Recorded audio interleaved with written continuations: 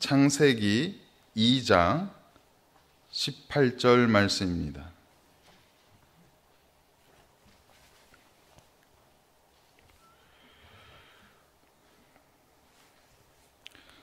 하나님의 말씀을 함께 봉독하겠습니다.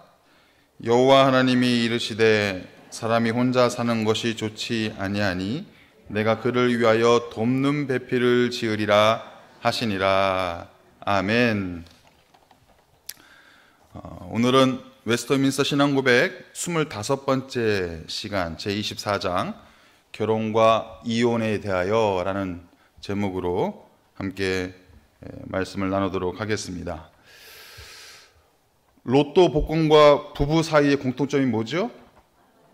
맞는 게 하나도 없어요. 부부 사이에도 맞는 게 없는 그럴 때가 종종 있는데, 여러분 우리 한국에서 이혼 사유의 첫 번째 1순위가 무엇인지 아십니까? 성격 차이. 그 퍼센테이지가 보니까 50%. 그러니까 이혼하는 여러 가지 사유 중에 가장 많은 사유가 툭하면 성격 차이. 그러면 성격 차이 때문에 이혼을 해야 되고 이렇게 헤어져야 된다면 저부터가 사실은 안심할 수가 없죠. 그런데 많은 사람들이 성격 차이라는 그 이유를 대서 이렇게 헤어지고 이혼하는 경우를 보게 되는데, 성경에서 나오는 그 이혼의 사유하고는 사뭇 다른, 성경에서는 성격 차이 때문에 헤어져라 이혼해라 라는 말씀이 없잖아요. 그래서 성경에서 말하는, 하나님의 말씀에서 말하는 이유하고는 완전히 동떨어져 있는 그런 개념을 우리가 볼 수가 있고, 최근 우리나라, 우리 대한민국 사회를 보면은 굉장히 이혼율이 많이 높아져 있는 것을 잘 알 거예요. 아마 가정들마다 가까우신 분들 중에 이제 헤어지고 이혼하신 분들이 있으실 거예요. 아마 저희 가정에도 보면 가까운 가족들 중에도 그렇게 피치 못할 사정 때문에 이혼을 하게 되는 경우가 있거든요.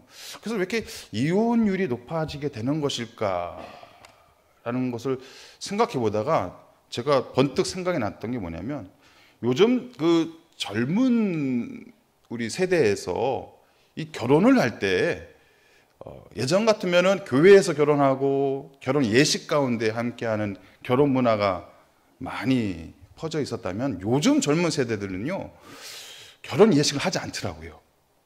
제가 결혼식에 가서 축복 기도를 하고 주례를 한 경우가 많이 없어졌어요. 언제 했더라라는 기억이 안 날 정도로. 코로나 이후에는 거의 대부분의 젊은 세대들이 결혼식을 교회에서 하지 않고 결혼 예식으로 하지 않는 그들만의 축제를 하더라고요. 막 웃고 즐기면서 친구가 이제 사회를 보고 막 자기들만의 파티를 이렇게 하는 것을 보게 되거든요. 그런 문화가 점점 많아졌고, 아마 우리 교회에서도 교회 안에서 결혼식을 하는 것이 꽤 오래전에 아마 있으셨을 것 같아요. 요즘 그런 문화가 굉장히 많이 퍼져 있거든요. 그러다 보니까 이 결혼에 대한 의미를 많이 약화되어 있는, 이 결혼에 대한 소중함과 그 의미가 많이 약화되어 있어서, 그래서 살다가 보면은 어려움이 찾아오고 갈등이 생겨났을 때 그것을 극복하지 못하고, 너무 이 결혼에 대해서, 가정을 준비하고 만드는 것에 대해서 너무 가볍게 생각하는 경향이 있지 않을까, 저 개인만의 그런 진단을 한번 내려보았습니다. 이 시간에 우리가 결혼과 이혼에 대해서 함께 말씀을 해서 나오는 결혼의 의미, 이혼의 의미에 대해서 함께 나눌 것인데, 이것이 누군가를 정죄하기 위해서 하는 그런 의미가 아니라, 너 왜 결혼 안 했어? 결혼 안 할 수도 있죠. 너 왜 결혼 안 했어? 성경에서 결혼하라고 하는데, 가정을 꾸리라고 하는데 왜 안 했어? 그런 차원에서 이것을 우리가 해석하는 것이 아니고, 너 이혼 왜 했어? 성경에서는 이혼하지 말라고 그러는데 너 이혼 왜 했어? 이렇게 정죄하기 위해서 우리가 이 과목을, 이 단원을 배우는 것이 아니라 성경적인 의미가 무엇인지를 우리가 알아야 된다. 지금 우리 세상의 풍토가 결혼 비율이 낮아지고 이혼 비율이 높아진다고 해서, 그런다고 해서 성경적인 가정의 원리, 공동체의 원리는 바뀌지 않거든요. 그것을 우리가 축소시킬 수가 없거든요. 그래서 성경에서 말하는 결혼의 의미, 가정을 꾸린다는 그 의미와 또 이혼에 대한 정의를 우리가 성경에서 말하는 것이 무엇인지를 알고 그것을 대처하는 것이 중요하지, 이것을 마치 누군가를 정죄하기 위해서 하는 것은 아니다. 그것을 우리가 먼저 이해를 하셨으면 좋겠습니다. 사람마다 사정이 있고 아픔이 있어서 이 결혼과 이혼에 대해서 우리가 이야기하는 것이 참 조심스러운데, 그래도 우리 웨스트민스터 신앙고백에서 이 주제를 다룬다는 것은 중요하다는 거죠. 중요하다는 것. 우리 성도의 신앙생활 속에서 이 결혼의 의미와 이혼의 의미를 바람직하게 성경적인 원리를 우리가 알고 있는 것이 중요하기 때문에 이 단원이 이 웨스트민스터 신앙고백에 들어있다라고 볼 수가 있다라는 것입니다. 자, 첫 번째 보시면 일부 일처제가 하나님의 근본적인 의도다. 여러분, 결혼을 처음으로 제정하신 분이 누굴까요? 가정을 만들고 이 결혼을 처음 제정하신 분이 사람이 아니라 하나님이시잖아요. 그래서 하나님께서 첫 가정을 만드실 때 누구를 만나 계셨죠? 아담과 하와를 만나 계셨잖아요. 그래서 그들을 통해서 첫 가정이 만들어지게끔 이 결혼의 제도를 처음 만드신 분이 누구냐? 하나님께서 만들어 놓으셨다는 거예요. 사람들이 편의에 의해서 결혼을 하는 것이 아니라는 거예요. 매우 성스러운 의미를 가지고 있는 것이 결혼의 제도이다. 그것을 우리가 알 수 있다라는 것입니다. 그래서 창세기 2장 24절 말씀 보시면 이렇게 말씀해요. 우리 한 목소리 읽어볼까요? 시작. 이러므로 남자가 부모를 떠나 그의 아내와 합하여 둘이 한 몸을 이룰지로다. 이거 첫 주례사예요. 아담과 하와를 향해서 하나님께서 말씀하신 첫 주례사, 인류를 향한 하나님의 첫 주례사예요. 그만큼 중요하다는 거죠. 자, 우리 1랑 함께 읽어보겠습니다. 시작. 결혼은 한 남자와 한 여자 사이에 이루어져야 한다. 어떤 남자도 동시에 한 명 이상의 아내를 두는 것은 합법적이지 않으며, 또한 어떤 여자도 동시에 한 명 이상의 남편을 두는 것도 합법적이지 않다. 신앙 고백에서 나오는 것은 일부 일처제. 이것을 성경적인 기준으로 삼고 있는 거예요. 일부 다처, 또 일처 다부. 혹시 그런 마음을 갖고 계신 분들은 내려놓으셔야 돼요. 하나님께서 명령하신 방법은 일부 일처제가 맞다는 거예요. 근데 성경을 보시면 아브라함은 아내가 많았잖아요. 그렇죠? 다윗도 아내가 많았어요. 처가 많았다는 거예요. 그것이 맞지는 않다는 거예요. 그들의 환경과 상황과 그들의 모습이 성경적이지는 않은 거예요. 그것이 합법적이다고 말할 수가 없다는 것입니다. 하나님이 세워놓으신 결혼의 제도는 일부 일처제이다. 그것을 강조해주고 있다라는 거예요. 또 하나는 우리 1항에 보시면 한 남자와 한 여자 사이에서 이루어지는 것이 결혼이라고 그랬어요. 그렇죠? 한 남자와 한 남자가 만나는 것이 결혼이다. 아니에요. 한 남자와 한 여자가 만나는 거예요. 여기서 우리가 주목해야 될 단어가 바로 한 남자와 한 여자라는 거예요. 여러분, 얼마 전에 지금 하고 있는지 모르겠어요. 2025년도 인구 주택 총조사 하고 있나요, 지금? 했었죠?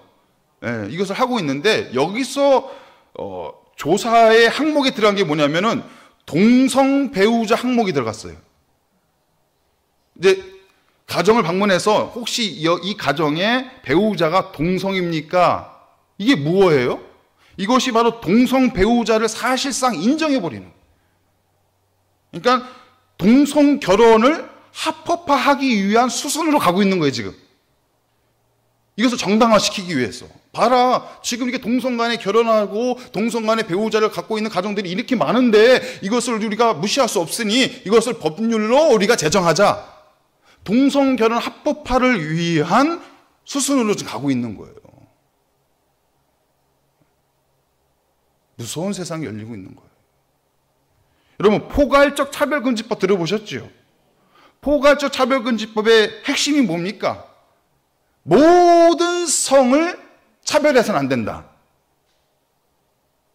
그게 맞는 말이에요? 모든 성을 차별해서는 안 된다. 성은 두 가지밖에 없잖아요. 남성과 여성만 있는 거예요. 그러니까 성평등법은 잘못된 표현이에요. 어떻게 표현해야 돼요? 양성평등법. 남성과 여성만 인정이 되고 그 양성, 남성과 여성이 평등하다. 양성평등법이 돼야 되지 성평등법이 되면요 5만 가지 성이 다 들어와 버리는 거예요. 그게 바로 동성애라는 거예요. 그래서 포괄적 차별금지법, 이것은 잘못된 표현이에요. 악법이에요. 그리고 우리가 금요일마다 기도하는 것처럼 성전환 수술 없는 성별정정법. 부득이한 상황에서 성전환 수술을 해서 지금은 성전환 수술을 해서 그것이 법적으로 인정받을 수는 있어요. 근데 성전환 수술을 하지 않고 내 마음대로 하는 거예요. 내가 내 성을 결정해버리는 거예요. 제가 오늘은 남성으로 여러분 앞에 서 있지만 다음 주에 수요일 날은 제가 여성으로 여러분 앞에 서 있을 수 있다는 거예요. 내 마음 위에 하는 거예요. 내 마음. 제 가까운 가족 중에 한 분이 캐나다에서 지금 그 교수를 하고 계시는데, 여러분 캐나다나 미국이나 이미 동성애는 막을 수 없는 상황이 돼버렸잖아요. 그래서 학생들이 그렇게 이메일을 보낸대요, 교수한테. 그래서 교수한테 뭐라고 보내냐면, 교수님, 저를 이제 앞으로 불러주실 때 아침에는, 예를 들면 그런 거예요. 아침에는 여성으로 불러주시고요, 점심에는 남성으로 불러주시고요, 저녁에는 저의 이름을 다른 성으로 불러주세요. 이런 이메일들이 수시로 온다는 거예요. 그래서 그걸 받아보면 너무 미치겠는 거예요. 그러니까 만약에 이 학생이 아침에 남성인데 생물학적으로 남성인데 아침에 자기가 여성으로 불러주고 싶어, 여성으로 불러달라고 했을 때 상대방이 자기를 남성으로 부르잖아요. 이건 법적인 제재를 받는 거예요. 그러면. 그러니까 내 스스로 그 성을 결정해버릴 수 있는 상황들이 지금 막 벌어지고 있어요. 여러분, 얼마 전에요, 미국 뉴욕시에서 이런 발표를 했어요. 학교에서 31가지 성별에 동의하지 않으면 학생들 장학금과 학교 지원금은 더 이상 없다. 몇 가지 성이요? 31가지 성. 그걸 다 인정해야 되는 세상이 되어버린 거예요. 어떤 성이 있는지도 모르겠어요, 저는.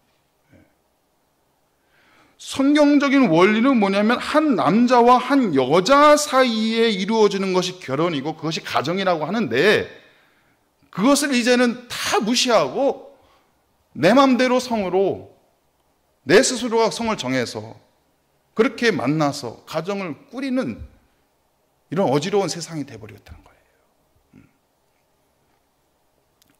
그래서 1항에서 말하는 것은 결혼은 한 남자와 한 여자 사이에 이루어져야 된다. 저는 지금 끔찍하게 지금 미래가 걱정되는 거 뭐냐면, 갑자기 제 아들이 이상한 남자를 데리고 가서 아버지, 며느리입니다. 저는 그 날이 올까봐 조바심이 일어나요, 사실은. 근데 안심할 수가 없는 거예요, 지금은. 얼마 전에 그 누구죠? 되게 유명한 여배우? 윤여정인가요? 그분이 동성애에 대해서 자기는 찬성한다고 했잖아요. 알고 보니까 자기 아들의 며느리가 남자예요. 그래서 그걸 찬성한다고 자기가 공개적으로 얘기해버렸잖아요. 이게 뭐가 문제가 있냐고. 사회적으로 그렇게 영향력이 있는 사람들까지도 그런 생각들을 갖고 있다는 거예요. 그럴수록 우리는 더 성경적인 이 원리와 가치관을 꽉 붙잡고 있어야 돼요. 흔들리면 안 돼요. 하나님께서 저정해 놓으신 결혼의 제도의 원리는 한 남자와 한 여자가 만나서 결혼을 하고 가정을 꾸리는 것이 성경적인 원리다. 두 번째, 결혼의 목적은 무엇입니까? 우리 2항 읽어보겠습니다. 시작. 결혼은 남편과 아내가 서로를 돕도록 제정되었다. 그리고 합법적인 자손으로 인류가 번성하고 거룩한 씨로 교회가 번성하고 부정을 예방하기 위해서 제정되었다. 첫 번째 결혼의 목적이 무엇입니까? 남편과 아내가 서로를 잘 돕기 위해서. 결혼의 의미는 뭐냐? 서로를 잘 섬기고 잘 돕기 위해서 하는 거예요. 양심에 막 찔리시는 분들이 계시죠? 저를 포함해서. 하지만 성경적인 가르침은 뭐냐? 부부가 만나는 이유가 뭐냐? 목적이 뭐냐? 하나님의 의도하신 바가 뭐냐? 서로를 잘 돕는 배필로 잘 돕고 섬기기 위해서. 각자의 역할대로. 내 역할이 더 중요해, 당신의 역할이 더 중요하지 않아, 이것이 아니라 서로의 역할의 소중함을 알고 인정해주고 서로를 잘 돕고 섬기기 위한 것이 결혼의 첫 번째 중요한 목적이다. 이 웨스트민스터 신앙고백서가 쓰여진 지가 17세기예요. 17세기. 그러면 17세기에 우리가 예상하는 것처럼 그 여성의 권위가 있었겠습니까? 동양도 그렇고 서양도 그렇고 그 시기에 여성들의 권위는요, 많이 차별을 받았잖아요. 어려움을 당했잖아요. 바로 그러한 시대적인 배경을 가지고 있는 상황에서 웨스트민스터 신앙고백은 아니다. 여성의 권위 중요하다. 남성의 권위와 똑같이 존중받아야 된다. 남편이 우월하고 아내가 우월하지 않은 그런 관계, 상하관계가 아니라 남편과 아내는 동등한 입장에서 서로 돕는 배필로 살아가야 된다. 이것을 이 신앙고백서에서 우리에게 말씀하고 있다라는 것이에요.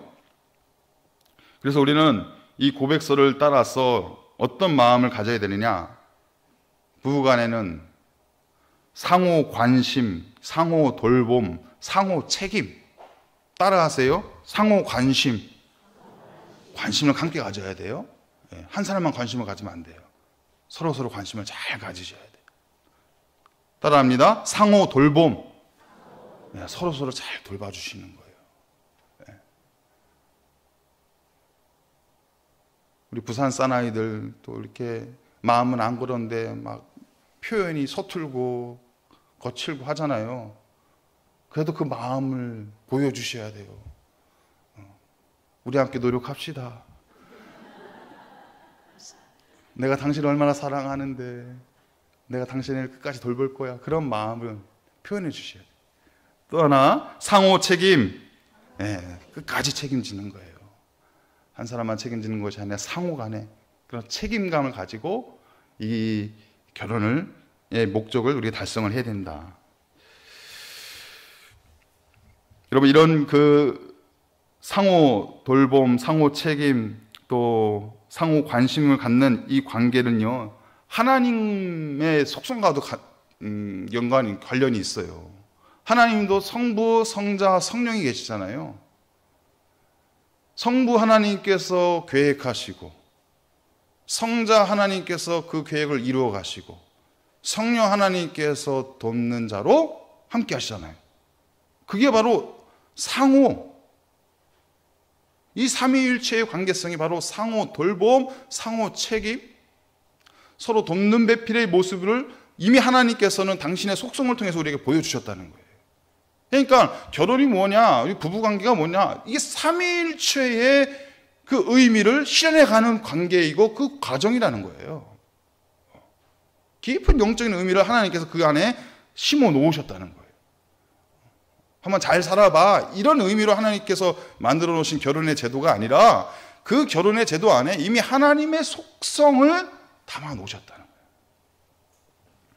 그래서 남편과 아내는 서로 돕는 배필로 살아가는 것, 이것이 바로 삼위일체 하나님을 우리가 본받고 삼위일체 하나님의 모습으로 우리의 가정과 우리의 인생을 만들어가는 것이다. 두 번째는요, 결혼의 목적은 뭐냐? 성적 부정함을 방지하기 위함이다. 마지막에 보시면 부정함을 예방하기 위해서 결혼이 제도되었다. 여러분, 우리 인간의 욕망 중에 성욕이 있잖아요.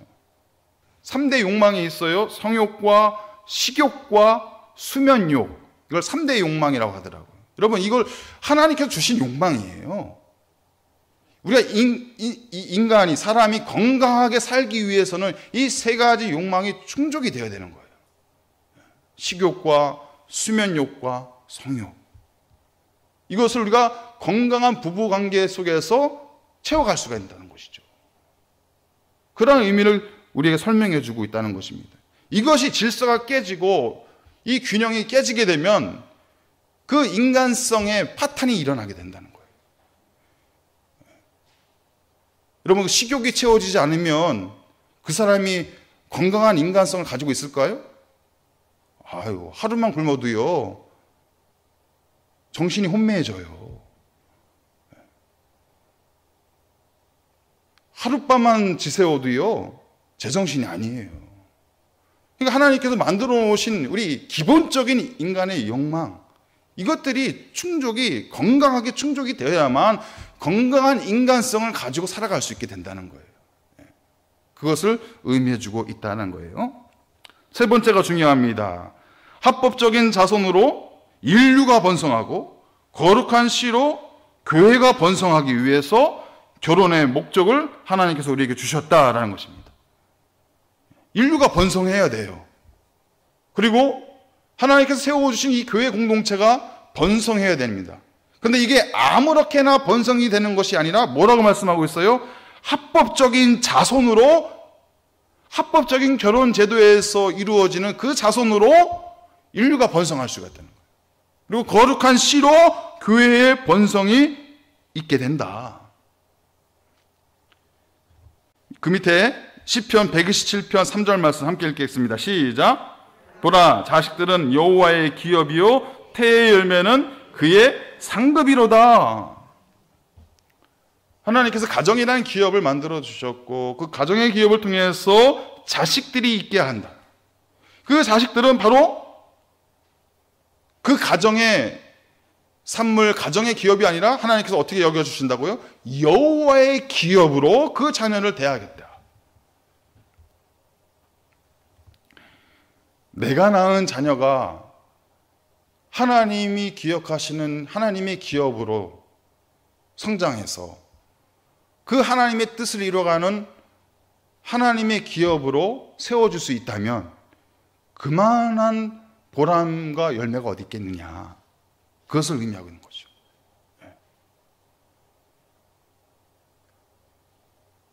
여러분, 자식이 그 가정에서 그 결혼 가운데 탄생하게 되면 누가 제일 기쁠까요? 먼저 그 자식이 기쁠 것 같아요. 나를 이 땅 가운데 생명체로 낳아준 그 은혜가 크잖아요. 그 자식이 얼마나 기쁘겠어요. 또 누가 기쁠까요? 그 부모가 얼마나 기쁘겠어요. 그 아기의 모습을 보면서 또 성장하는 모습을 보면서 때로는 마음이 힘들 때도 있죠. 그 자식의 힘든 모습을 함께 바라볼 때는 참 마음이 힘들 때도 있지만 모든 그 자식의 인생을 걸쳐서 볼 때는 기쁨이 있잖아요. 부모의 기쁨이 있잖아요. 또 누가 기쁠까요? 할아버지 할머니들이 그렇게 기뻐하더라고요. 달라, 표정이요. 표정이 달라. 얼마 전에도 한 모임에서 어느 장로님께서 그 핸드폰을 착 여시더니 누굴 보여주겠어요? 손자 사진을 딱 보여주는.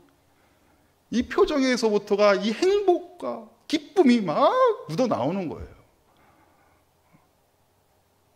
또 누가 기뻐하실까요? 하나님이 기뻐하신다. 하나님. 한 생명이 태어남으로 인해서 그 기쁨이요 점점점 확산되고 있는 거예요. 그리고 결국에는 하나님이 그 영혼을 바라보면서 기뻐하신다. 왜냐? 여호와의 기업이니까. 하나님의 기업이니까.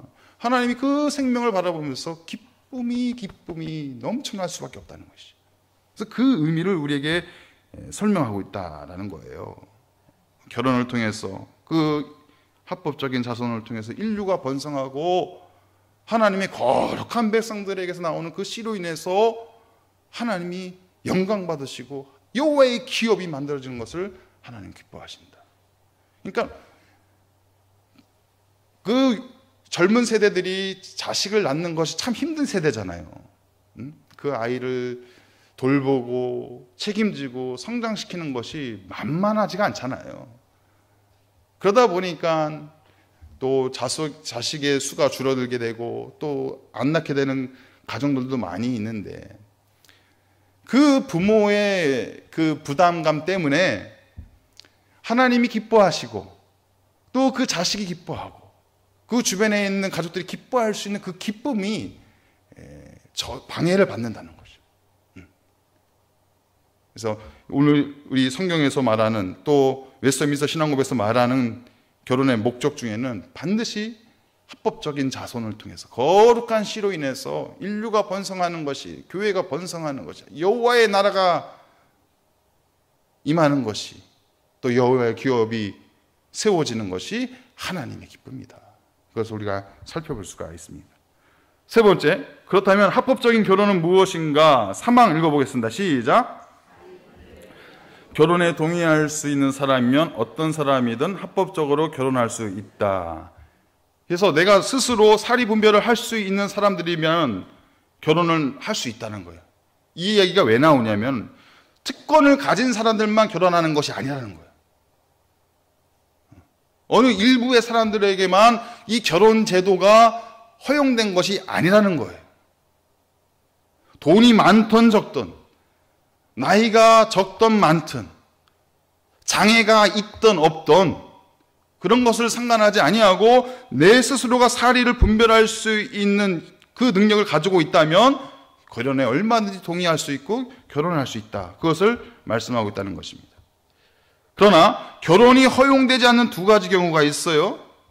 성경에서 나오는 결혼이 허용되지 않는 두 가지 경우. 첫 번째는요, 신앙적인 제한사항이 있습니다. 3항 읽어보겠습니다. 시작. 그러나 그리스도인은 오직 주 안에서만 결혼해야 한다. 그러므로 참된 개혁주의 신앙을 고백하는 자는 불신자나 교황주의자나 기타 우상 숭배자와 결혼해서는 안 된다. 또한 경건한 자는 삶에서 악행으로 소문난 사람이나 저주받을 만한 이단으로 주장되는 자와 함께 멍에를 메어서는 안 된다. 그래서 제한사항은 있어요. 결혼은 누구든지 할 수 있지만 이런 사람들과는 조심해야 된다. 고린도후서 6장 14절 말씀 읽어보겠습니다. 시작. 너희는 믿지 않는 자와 멍에를 함께 매지 말라. 의와 불법이 어찌 함께하며 빛과 어둠이 어찌 사귀겠느냐. 불신자, 이단자, 타 종교를 믿는 자들과는 결혼하는 것이 바람직하지는 않다. 왜냐하면 돕는 배필이 돼야 되잖아요. 내 신앙생활을, 내 믿음 생활을 지켜갈 수 있도록 돕는 배필이 되어야 되는데 오히려 방해하는 배필이 될 수가 있다. 그런 위험이 있다. 그것을 설명해 주고 있다는 것입니다. 여러분, 두 마리 소가 멍에를 메고서 한쪽 손은 오른쪽으로 가려고 그러고 한쪽 손은 왼쪽으로 가려고 하면은 제대로 갈 수가 없잖아요. 교회 공동체의 원리, 질서, 또 가정의 원리와 질서는 뭐냐? 같은 생각, 같은 말, 같은 뜻, 마음과 뜻이 일치되는 것이 성경적인 원리예요. 거기에 다른 말이 있거나 다른 생각이 있으면 하나님이 원하시는 방향으로 나아갈 수가 없다는 거예요. 공동체의 원리는. 그것을 우리에게 설명해 주고 있다는 거예요. 그러면 이런 질문을 해볼 수가 있어요. 이미 결혼한 사람들은 어떠한가? 이미 결혼한 사람들. 이미 결혼했는데 그 사람이 불신자예요. 안타깝게도 그 사람이 다른 종교를 가지고 있어요. 그러면 이혼을 해야 되는 건가? 버려야 되는 것인가? 자, 고린도전서 7장 13절 14절 말씀 읽어보겠습니다. 시작. 어떤 여자에게 믿지 아니하는 남편이 있어 아내와 함께 살기를 좋아하거든 그 남편을 버리지 말라. 믿지 아니하는 남편이 아내로 말미암아 거룩하게 되고 믿지 아니하는 아내가 남편으로 말미암아 거룩하게 되나니 그렇지 아니하면 너희 자녀도 깨끗하지 못하니라. 그러나 이제 거룩하니라. 버리지 말라. 이미 결혼했다면 그 사람이 신앙이 있든 없든 타 종교를 가지고 있든 없든 버리지는 말라. 왜냐하면 너로 인해서, 당신으로 인해서 그 사람이 구원을 받을 수 있게 된다. 그러니까 그 사람이 하나님의 예정된 백성인지를 누구도 모르는 거예요. 하나님만이 아시잖아요. 시간이 지난 다음에 자신의 모습을 돌이키고 복음을 영접하고 예수님을 만나게 되고 그러므로 인해서 자신의 삶을 회개하고 하나님께로 돌아올 수 있는 가능성이 있잖아요. 그것을 염두에 두고 버리지는 말라. 그래서 믿지 아니하는 남편이 아내로 말미암아서 거룩한 백성이 될 수 있다. 또 믿지 아니하는 아내가 남편으로 말미암아 거룩하게 될 수도 있다. 이 소망을 가지고 버리지 말라. 그렇게 우리에게 권면을 해주고 있다라는 것입니다. 또한 자연적인 제한사항이 있어요. 결혼의 제한사항 중에 자연적인 제한사항. 우리 한번 사항 함께 읽겠습니다. 결혼은 말씀으로 금해져 있는 혈족이나 인척 간에 해서는 안 된다. 그러한 사람들이 남편과 아내로서 함께 사는 것과 같은 근친상 간의 결혼은 어떤 인간적인 법률이나 단체들의 생각에 의해서도 합법적인 것이 될 수 없다. 그러니까 근친 결혼을 금하고 있다는 거예요. 근친 결혼.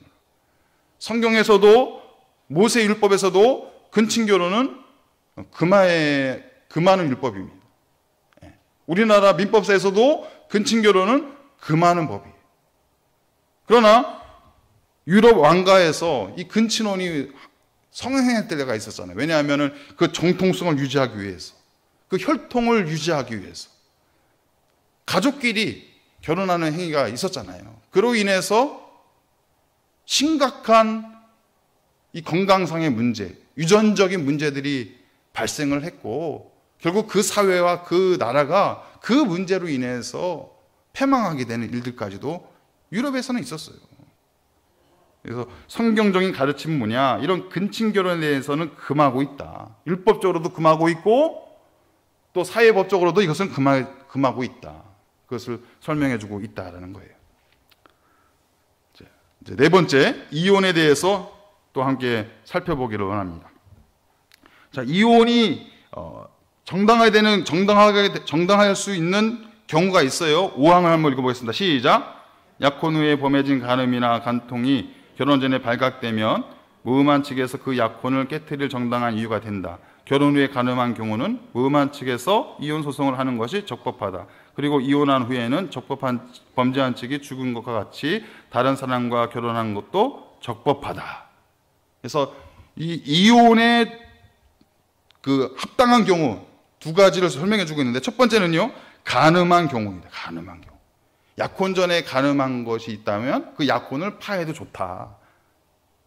또 결혼 전에 또 결혼 후에 간음한 경우가 있다면 그 결혼을 파해도 좋다라고 5항에서 소개하고 있다라는 것입니다.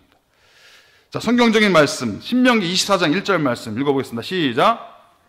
아내를 맞이하여 데려온 후에 그에게 수치된 일이 있음을 발견하고 그를 기뻐하지 아니하면 이혼 증서를 써서 그의 손에 주고 그를 자기 집으로 내보낼 것이다. 그래서 부정한 행위를 했을 때는 이것이 정당한 이혼 사유가 되는다.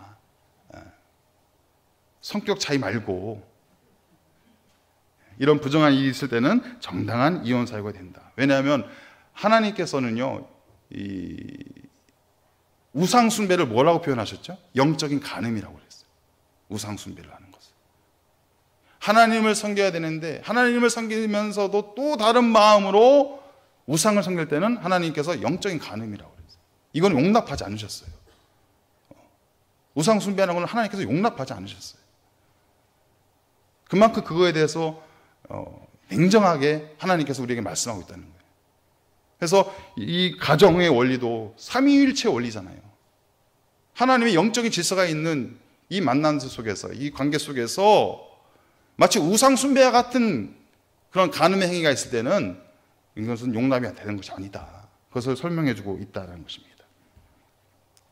두 번째, 이혼이 정당화되는 경우, 고의로 배필을 벌인 경우, 이제 유기, 폭력, 학대 등의 이유인데요. 여기서는 고의로 배필을 벌인다는 의미가 바로 웨스트민스터 신앙 고백서에서 말하고 있는 이혼의 사유 중에 그것을 풀어서 해석한 또 다른 고백서들이 많이 있는데, 그 고백서에서는 이 이혼의 사유를 좀 확장시켰어요.